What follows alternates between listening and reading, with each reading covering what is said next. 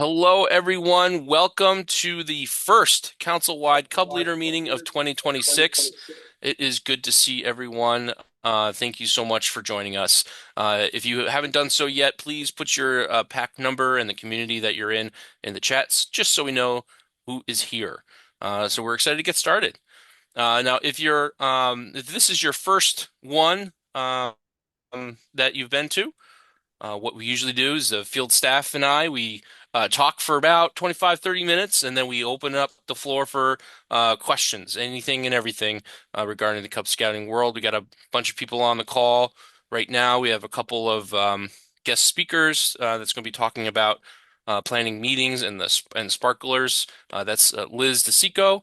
Liz, you want to say hi? Hi everyone, it's me, Liz DeChico, Yep. Liz is the committee chair, Cub Master. Pub Master. Cub Master of Pack 353, down in Eastchester, Wood Badge person Woohoo! galore, and a whole bunch of other stuff. We also have our council training chair.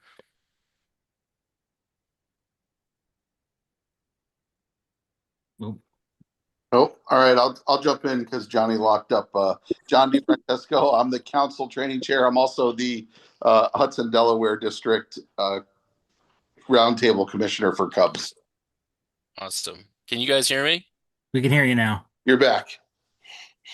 I'm gonna have to leave my video off for this to work. All right, you guys still hear me, Liam? Yep, we're still good. All right. Okay, so tonight we are going to talk about 5 things that you should know across the council. We're going to touch base on the nut sale that we launched last week.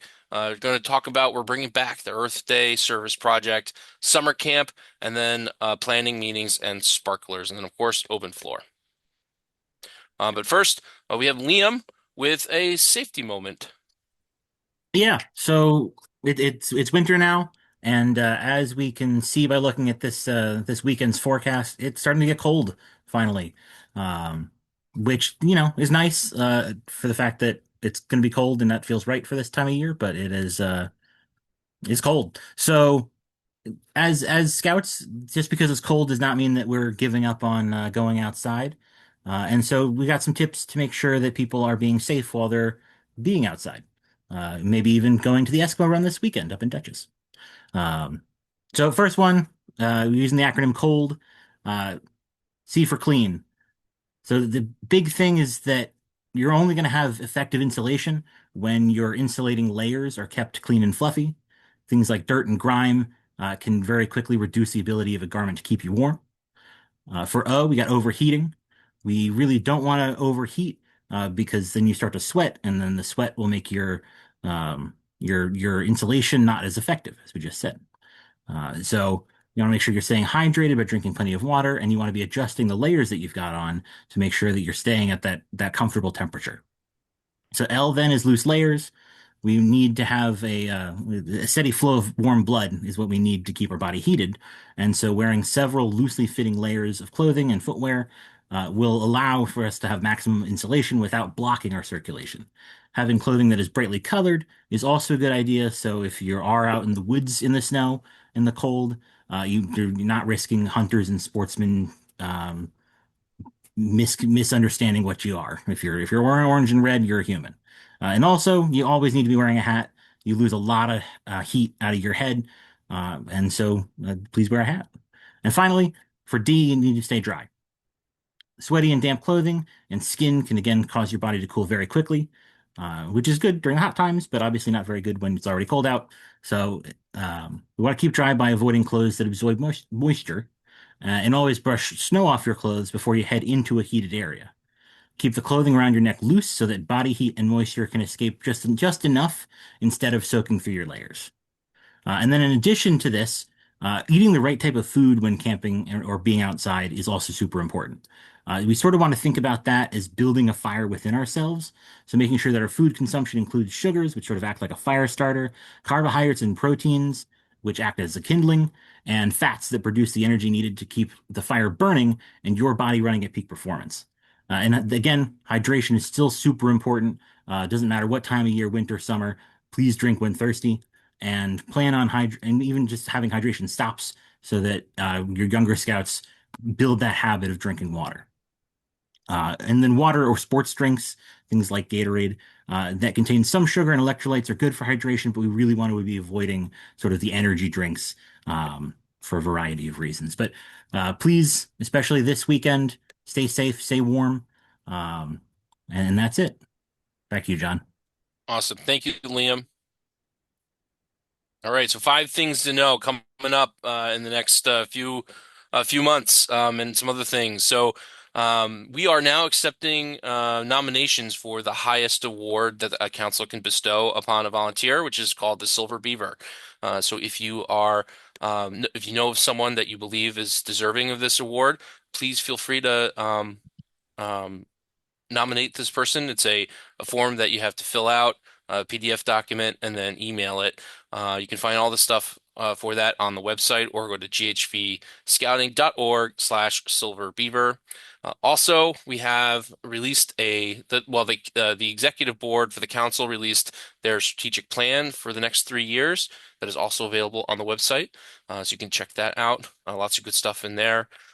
We have the Wood Badge Fellowship Dinner coming up. I don't have the date for that on me, but I believe it's March. Help. March 15th, I think. Hold on. Let me double check. It is on Sunday, March 15th. Awesome. March 15th. It's in the afternoon, I believe, to the evening, and it's at James Ollie Park in Montgomery, that area. Definitely sign up as soon as you can. So this is great for folks that are working on their ticket, or they are already Wood Badgers, or people who are just also curious about what Wood Badge is. It's a lot of fun, and I hope to see you there.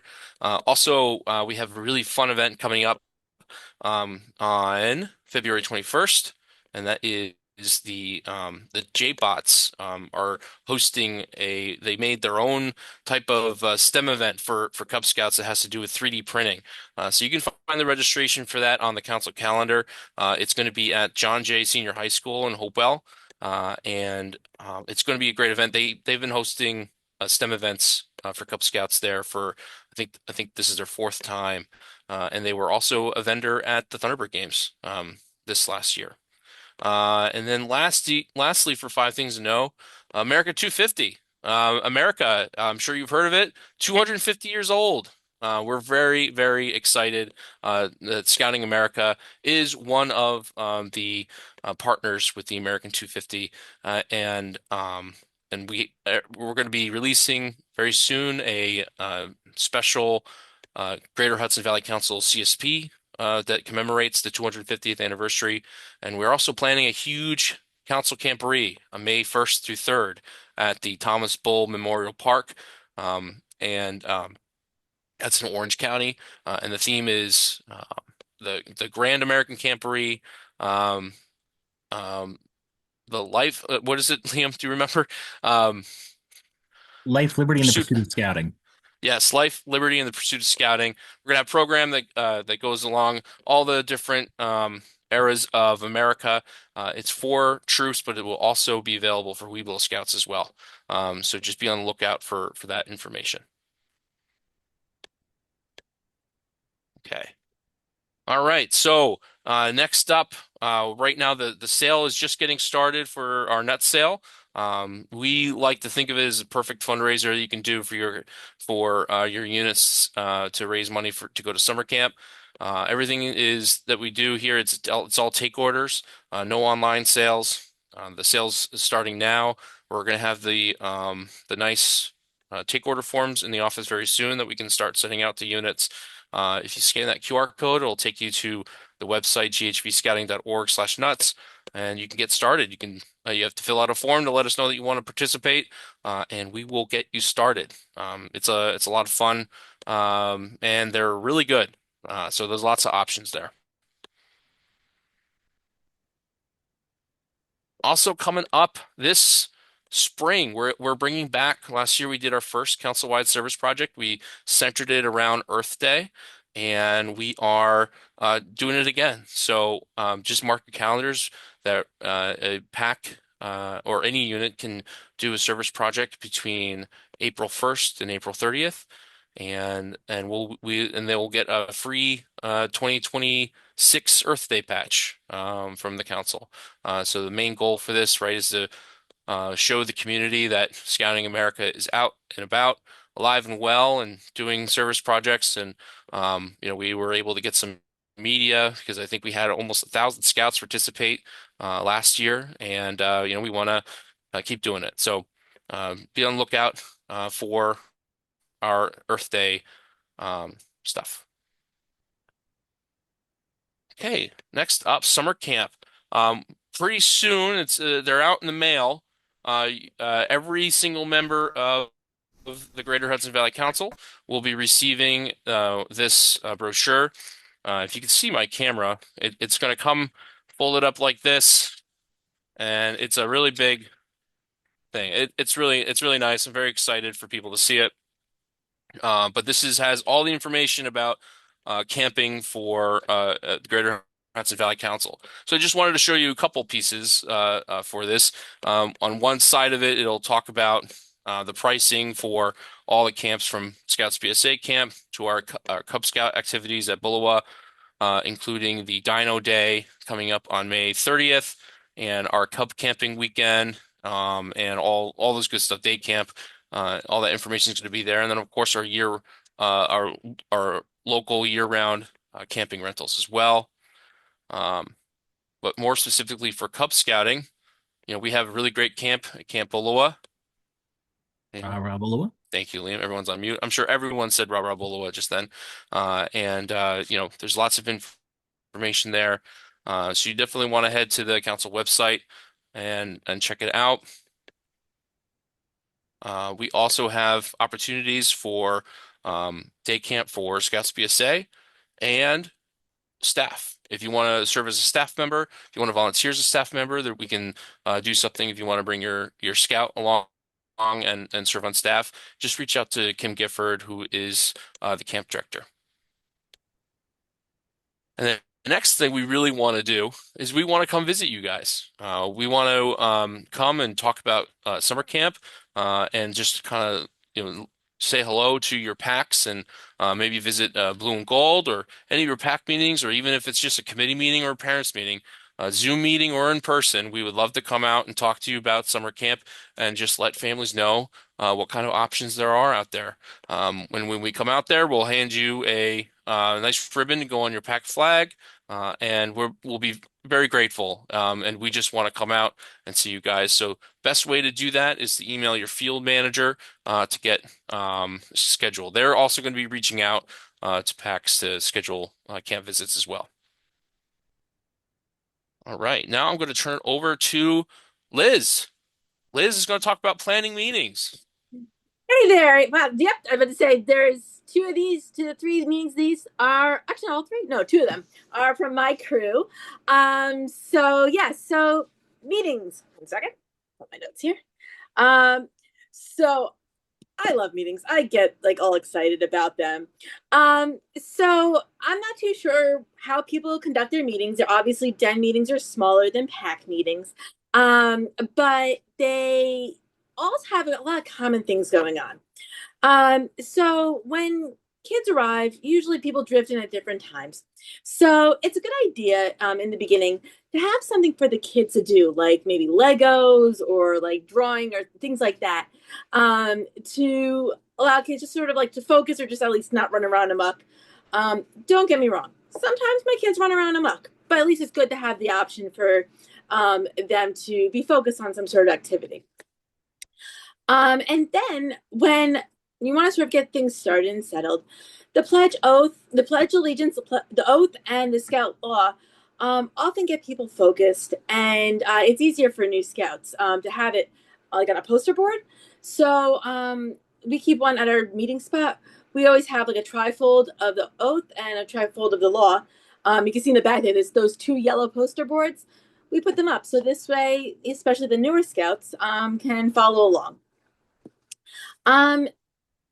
Then it's good to have announcements.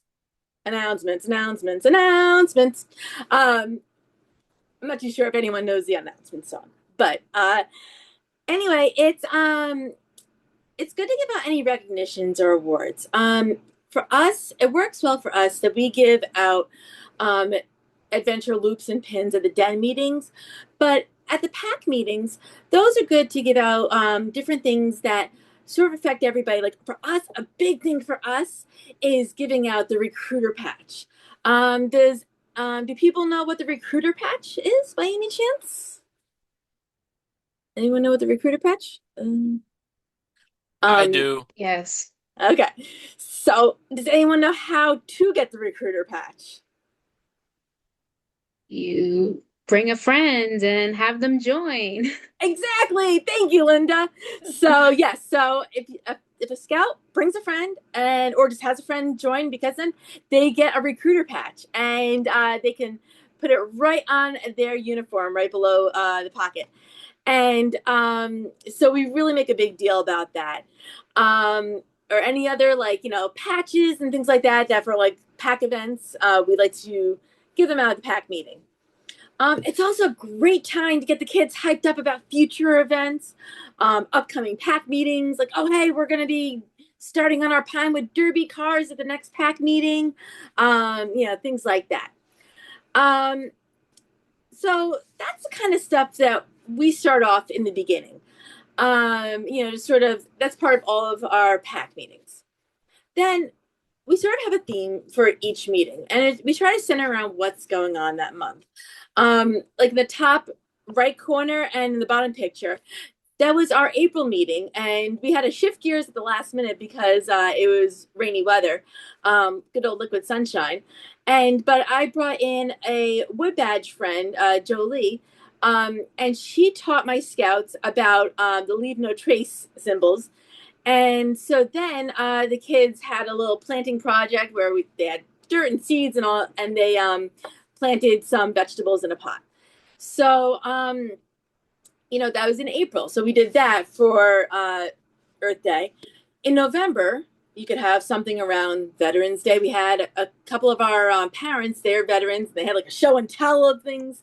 When we were doing an overnight on the Intrepid last year, we had the kids, we put down tablecloths and the kids made paper airplanes and they sort of pretended like they were throwing the airplanes on the runway. If there is a presenter or something like that, sometimes it's like you have mad science or something. And here's a tip I got from another pack that they did, and they said it was a big hit. And we actually just did it at our pack meeting for January. We had a talent show, and it's kind of sort of like a campfire program in a way, but like we had each den do a skit and some simple stuff here. And there are a couple of scouts that did their own things, like two or three scouts. They may have like told a joke or something like that. I had one scout recite a bunch of poems because he has an amazing memory, and it requires like not much, like need a lot of supplies or whatever, and it was fun. And both the kids and the parents both enjoyed it. You sort of pick some sort of theme depending on what's going on. One of our scouts' favorite ones is in December. We make gingerbread houses. The little kits that you get at CVS, you get those, or CVS or Walgreens. You get those little kits. You get some pans to condense all the stuff, and you get some toppings and things like that. And we're joking. We're like, it's definitely the one meeting where the parents are guaranteed to really interact with their scouts because they're all working together and building gingerbread houses. And overall, you want to make sure that the meeting is fun and hands-on and involves participation. Um, if you need to have like a service project or something, maybe make like little toiletry bags for like the local homeless shelter. Depending on what you're doing. And yeah, so like that's generally it. John DeFrancesco, did you have anything you want to jump in with?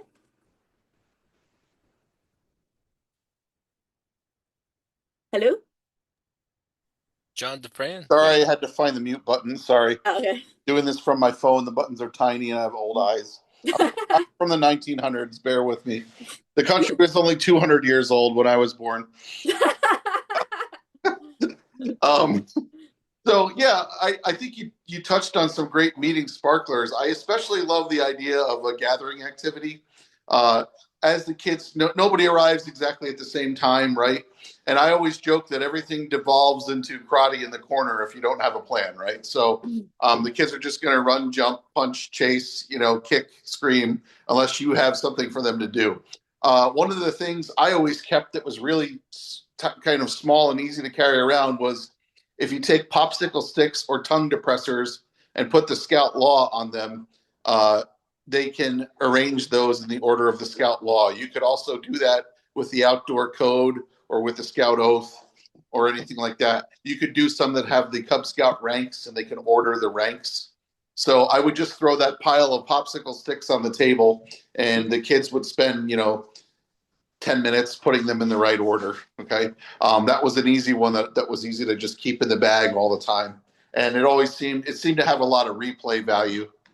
Um, yeah, Kevin just put a comment, always carry a balloon for keepy uppy. And I agree. That's what can you do for like a nickel that works better than just putting the kids on a task like that. As far as having a sort of a theme, throughout the year and carrying your plan through the year, I think that's great as well. Like as you move through the months, people learn to expect certain things, right? We all know that when Pinewood season is, right? My pack used to do a thing where we made ornaments and Christmas cards around Christmas time and brought them to the retirement home that was near us. So we would go in, we would sing carols to the folks in the home and then decorate the tree. And they thought that was awesome. Um, and that was a meeting and then another meeting. So it was like a twofer. So we had the meeting where we did the cards and the ornaments, and then we had the meeting where we went and sang and decorated the trees. Anything that gets the kids up and moving around is the answer. They don't want more school, right? Yeah. And that's hard to do in the winter because we can't just go outside and play various chase around games and things like that. But they're only going to sit for 10 minutes, 15 minutes tops, and then you need to have something that moves them around, something to do. I remember our Tiger Cubs doing the cardboard box races in the basement of our church, even in the middle of winter, and that was great. The other thing you can do too is have what I like to call a meeting in a box. If you take an old shoebox or an old Amazon box you have, get all the components together for one meeting that can kind of be done anywhere at any time, and just keep it all in there. The night that your den leader calls out, or the night that Mrs. Whoever is supposed to show up and doesn't, or Mr. Whoever is supposed to show up and doesn't, you can just hand somebody that box and say, ready, set, go, and everything you need is in it. So that's your panic kit.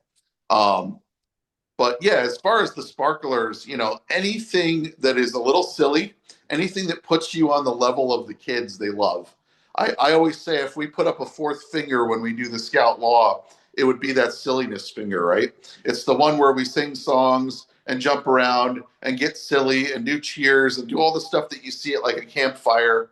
The kids love that. They love to see an adult come down to their level and be a little funny and be a little silly and sing with them and jump around and move with them, because they don't get that a lot of other places. Everywhere else they go is rules and stiffness and school. And we want to be the place that is a game with a purpose, right?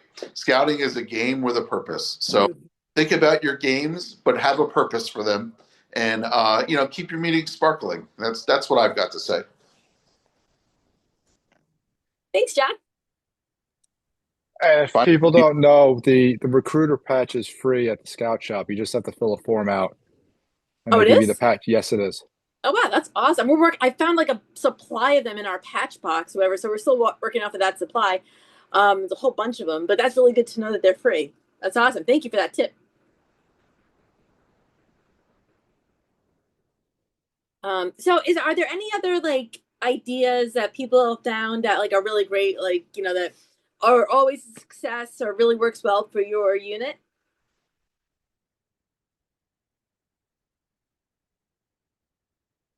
Don't all speak at once. This is Ali King from Carmel Pack One.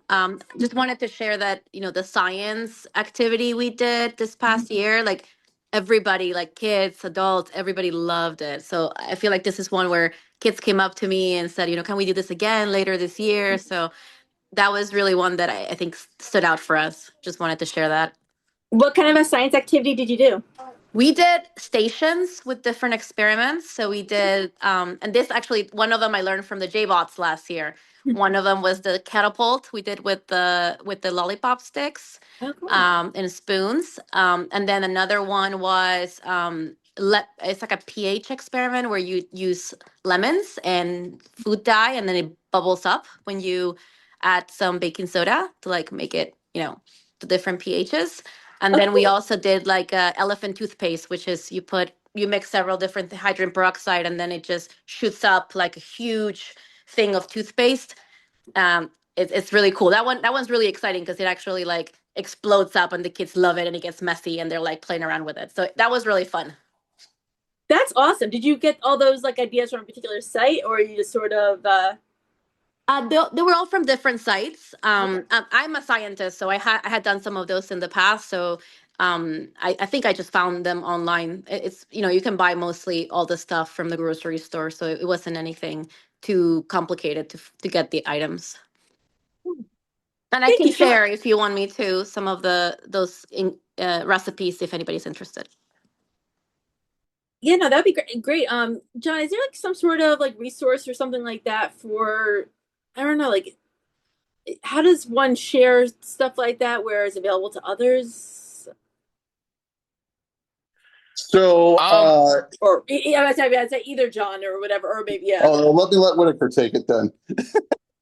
Man, I thought you were taking it. No, go So ahead, I Bill. wish I could point to a single place that you could share stuff. I know that for you, Allie, that Pack One Carmel, you're in the Croton River District, and now there is a Croton River Facebook page, a Facebook group that any volunteers can join. I know that Rockland, Hudson, Delaware, Dutchess have had their public Facebook groups for a long time. And I know Croton River just started one a little bit ago. So that's a good place to share it. Also, one of the things that we can do is, when I send out, so I'm recording with notes and slides and post it on the website. I can also include, if you have stuff there, I can include it in this as well when I send it out to all the cub leaders too. I think the band app also can be used as a repository of ideas as well. Yeah, I know that Hudson, Delaware just started the band app. I think it's someone's Woodbed ticket. Yeah. I'm not too familiar with it, but it's definitely something I want to look into. So let me jump in on that one. That's what I was going to start talking about before. Is at the Hudson, Delaware, we started a band app. All the people that attend the roundtables are on it. It is band works very well. We use it with my troop.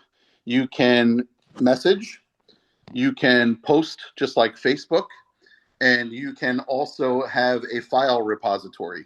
So maybe that's something you can get going within your own district. And if anyone wants to contact me, after this, to talk about how to do that, I could put you in touch with the person that set up our band in the district who is doing it for their wood badge ticket. Maybe they can give you some pointers. Does Um, that cost any money, John? no, band is free. And what's Okay. nice about it is it gives you a lot of control, and the admins have oversight on everything that goes on it, much like a Discord server or something like that. You can see every interaction that's on there. So it's really good. Like the way we use it in our troop is there's like a kid space, there's like an adult space.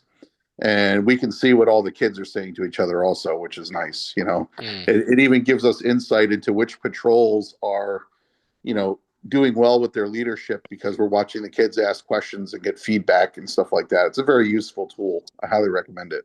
So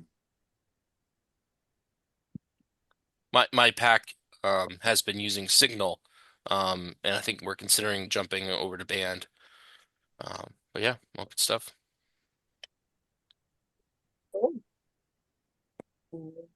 Any other ideas or fun things that people had that are a great success with their meetings? We do. So I know not every, sorry, this is Megan from Nanuet. I know not every pack has the luxury of having a local BSA troop.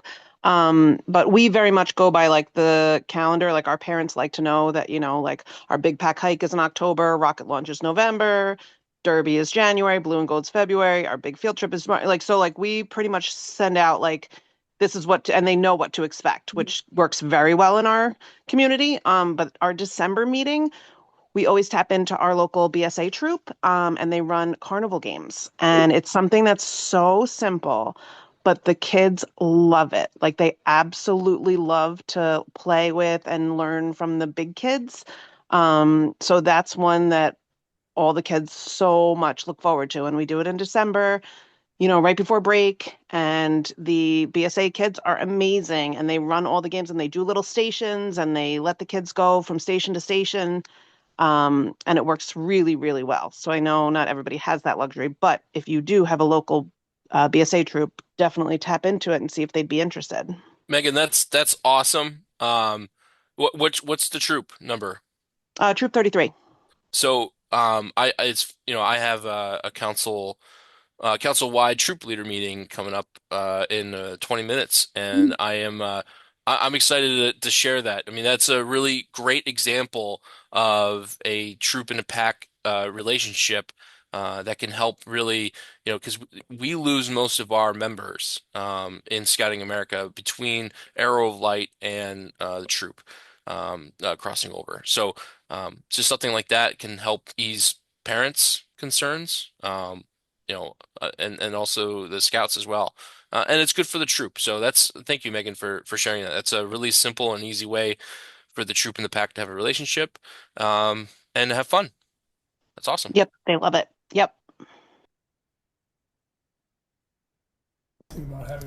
This is Celeste. How is everyone? Hey, Hey, Celeste. Celeste. Hello. Sorry, my camera's broken, but I'll just jump in with two. So one is that we do a bingo night each year, and there's an online bingo ball caller that's helpful. We also have the cage just so that we get like the sound of the balls running. And then we have prizes, but it's super interactive. We originally started during COVID because we were just desperate for activities. But that's actually one good thing from COVID. So we've kept up with bingo. And for another just troop pack activity ideas that usually in the beginning of the year we will have like what's called a taste of scouting. And we'll have the Boy Scouts there as well, but we'll have different, like we'll have a station for like it's almost like a game of like what to put or not put into a backpack, and that kind of gets them ready for Thunderbird games. And then we have the Boy Scouts there to help teach knots, and then we have another station like making a first aid kit, and then I have archery. They're like just the suction cups, but the kids get to do archery. And then we also have a tent that we bring. So we've got like the fake grass and everything, and the kids can set up a tent and then break it down. And then for the taste part of it specifically, we have access to a kitchen. So we'll make trays. We use sheet trays, but we make s'mores, so they get to have a s'more at the end of the night. So just two quick ideas. That's awesome. Thanks, Celeste. That's really cool, and it's really great. It has like a whole variety of things. You're welcome. All right. So yeah, I don't know. yeah, I don't know if you want yours. You take back the reins and all that. Liz and John, thank you so much for your insight and sharing about planning meetings and first of all, it's a lot to plan meetings every week. You're doing your jobs, and then your pack meeting night comes. You're like, oh no, I got to do this. So anything we can do to help with your planning, please let us know. We want to help.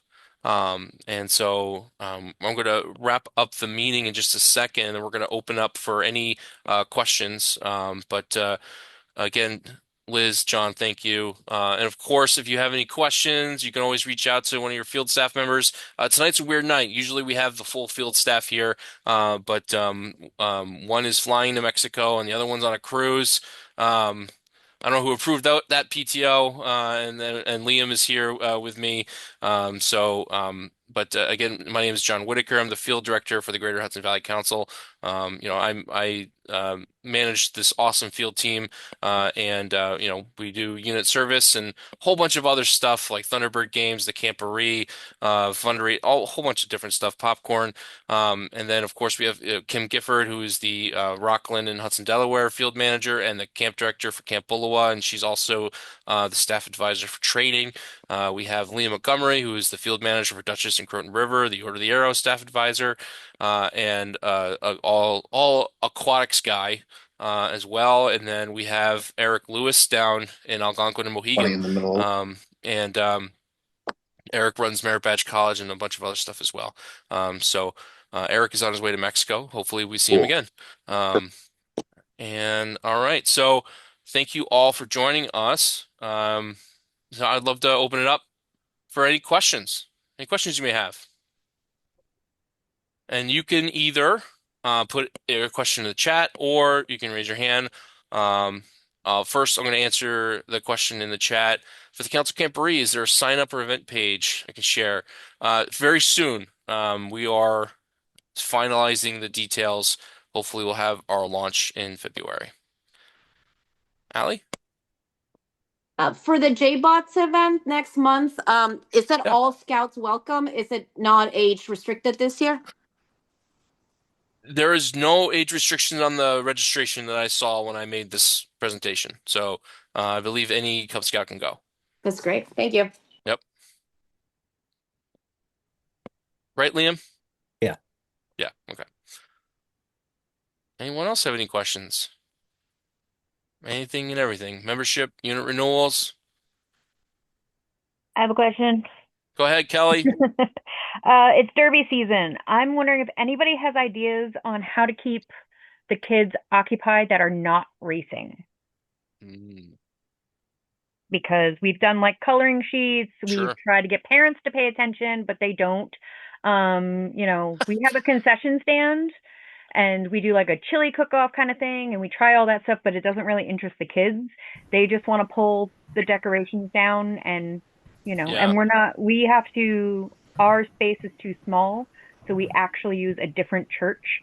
hmm And they let us use it for free. So we're Nice. trying to get them a little, well, we help them at Thanksgiving. They do a community lunch. So our scouts come and serve the lunch. And then in return, we get to use the space for Derby.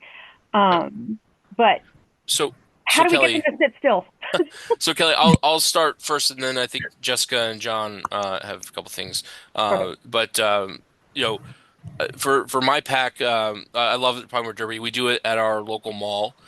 They give us a hallway, and we're fortunate enough. We actually have two Palmer Derby tracks. One is a plastic rinkety-dink track, and we do Lego cars on that one, where the kids can just build Legos and have fun doing all that stuff.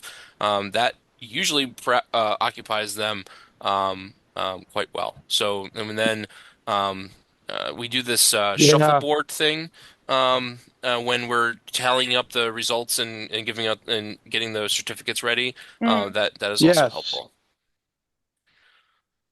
Oh, From the bag. Yeah, I did that. Jessica? I want to second the Legos.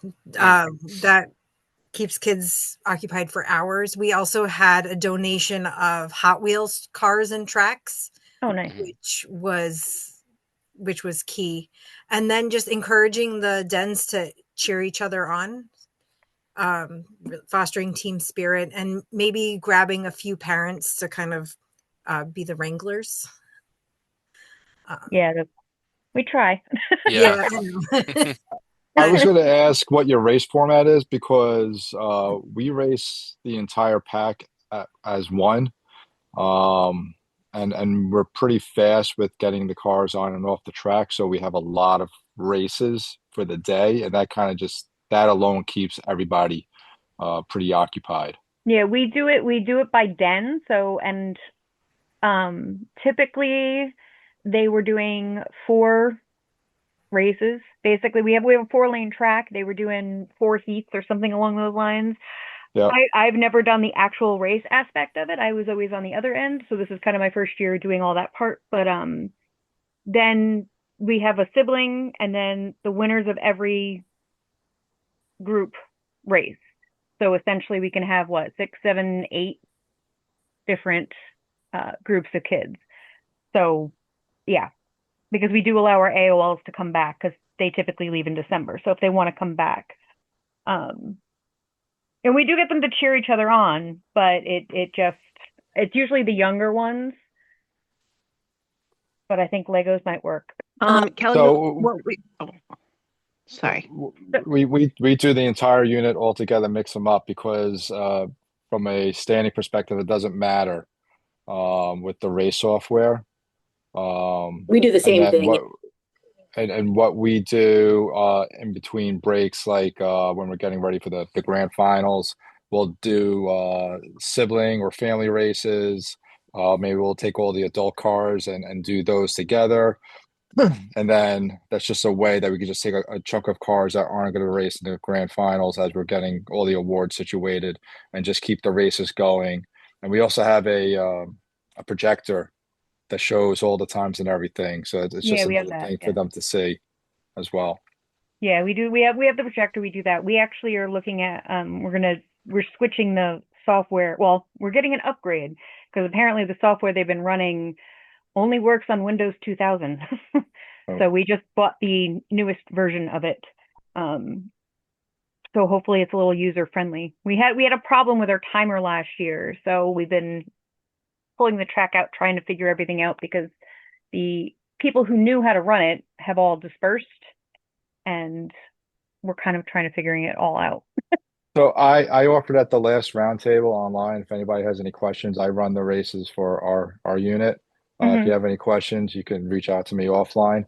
Another thing I'd offer that was a really big hit last year, and you wouldn't think it, but on the software they keep track of the slowest car, and some groups that are really into racing, they call it like the golden turtle, the golden tortoise. Yeah. We give an award out for the slowest car of the day. And this year we're actually doing first, second, third slowest car.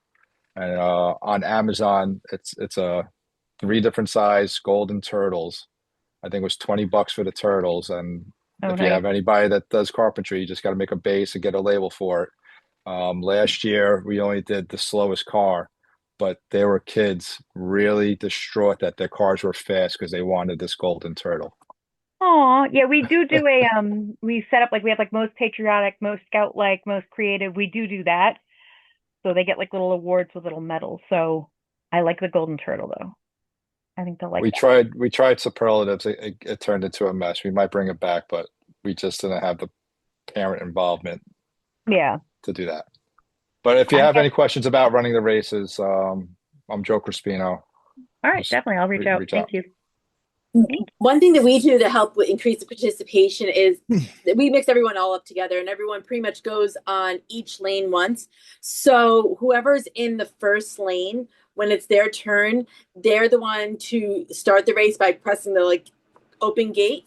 And so that's sort of like the highlight, because everyone also that's a great moment for the parents. They can't wait to take a picture of their kid starting a race.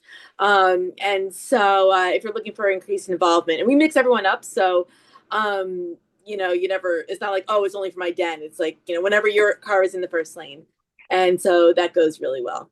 Do you ever get parents that complain about like a lion going up against, a Weeblo or AOL? No, because what we explained to them in the beginning is that they're not competing for the fastest time in that heat. We pretty much look to see all of the times. They're just looking to get their own time. The slowest time is dropped. And so you're looking to have the best average time. So it doesn't matter. Like, you could be the fast car among a lot of slow cars or whatever. And so we emphasize that in the beginning, that you could be the slowest car among a lot of fast cars. So it does not matter if you win the heat or not. You just want to sort of try to get the lowest average time. Yeah, Right. and So our unit does first, second, third for each stand, and then the winner of each stand then goes into the grand finals. yeah, And then that's how those we do it. We cars, just separate the races by den, but mixing them up, yeah, that kind of makes them the stay longer and actually pay more attention. That might work. Yeah, Yeah, the issue with your format is if you do the Lions first, the Lion winner is sitting there all day waiting to race in the grand final. Whereas Yeah, if we you typically just do the pool older them all kids first. together. Yeah, we typically do the older dens first, and then have them kind of help with the younger kids. But yeah, no, I like that. I'm gonna bring that up to Here, my here's also cubmaster. another idea is like another photo opportunity is if you get like a black and white checkered tablecloth, you put that up on the wall.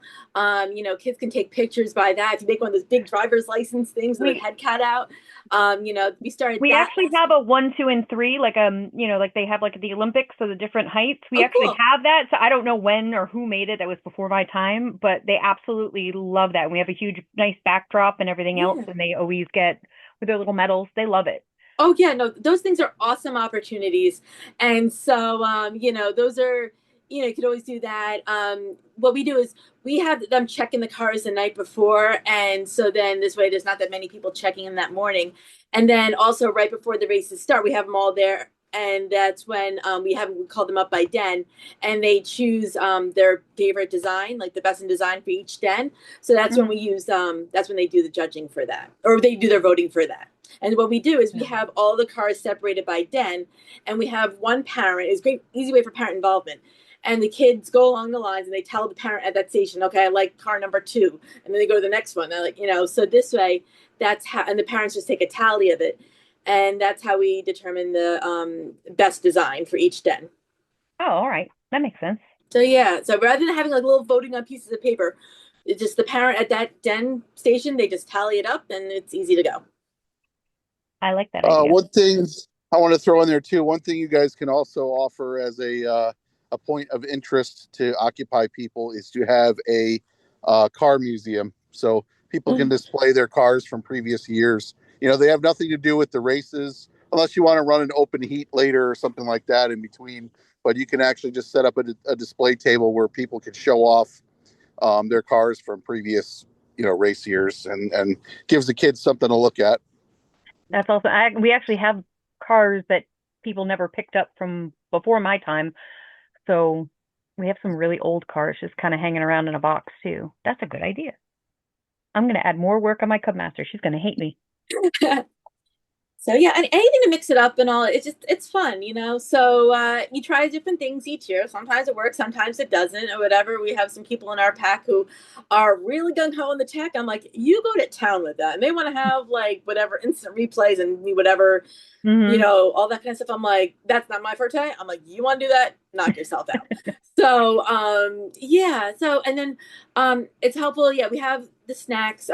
We have the snacks going there. Sometimes I know certain places they sell them or not, but it's helpful to have a parent who's by there. So this way, just to sort of make sure also one kid doesn't get like 50 muffins or something like that, if it's free. And it's sort of a group effort. Yeah. Awesome. Thank you. Sure. And Kevin, we just do hot dogs. We do hot dogs and like chips and water. And then sometimes parents will do like donate cookies and stuff. And we actually sell it for really cheap. It's kind of like a little in-house fundraising. It usually just covers the cost of, the trophies and whatever food we buy.